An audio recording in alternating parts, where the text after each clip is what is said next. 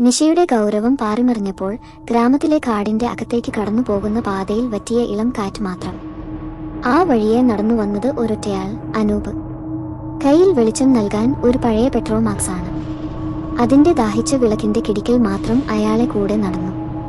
അനൂപിന് തോന്നിയിരുന്നു പിന്നിൽ ആരോ കൂടി നടക്കുന്നതായെന്ന്. ചുഴറി വരുന്ന കാറ്റ് മാത്രമാണോ അതോ മറുപുറം ഒരു കിടപ്പറയിലെ അടുപ്പത്തിൽ കത്തിയിരുന്ന പാഴ്ശവത്തിന്റെ ഗന്ധമോ? അയാളുടെ അടുപ്പം ഒരു തണുത്തിരിപ്പായി മാറി. പെട്ടെന്ന് പടിയിറങ്ങുന്ന വേറൊരു പാതയിലേക്ക് പെട്ടുപോയ പോലെ ദിശാബോധം നഷ്ടപ്പെട്ടു. പെട്ടെന്ന് പേടിച്ച കണ്ണുകളാൽ അനൂപ് ചുറ്റിനോക്കി.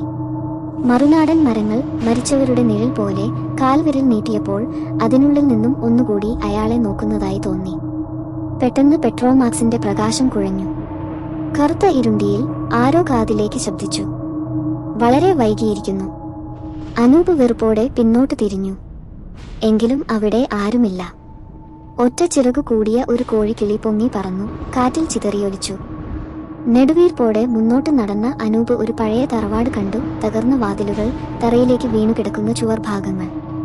അവിടെ നിന്നൊരു വിളി, പതുങ്ങിയിട്ടും തീരാ വേദന നിറഞ്ഞതും, "എനിക്ക് ഒരു വഴി കാണിച്ചു തരണം." അയാൾ മുന്നോട്ട് പോയി. തറവാടിന്റെ നടുവിലത്തെ വലിയ മുറിയിൽ കയറി.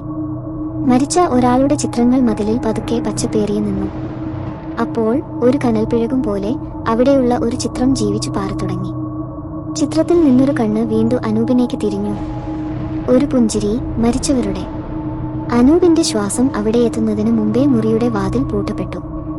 കാറ്റും ശവത്തിന്റെ ഗന്ധവും അനൂപിന്റെ ശബ്ദഹീനമായ ഓർമ്മകളും ഒന്നിച്ചു കലർന്നു. അവൻ അവസാനമായി കേട്ടത് അതേ ശബ്ദം, "ഇനി നീ ഇവിടെ നിന്നേ പറ്റൂ."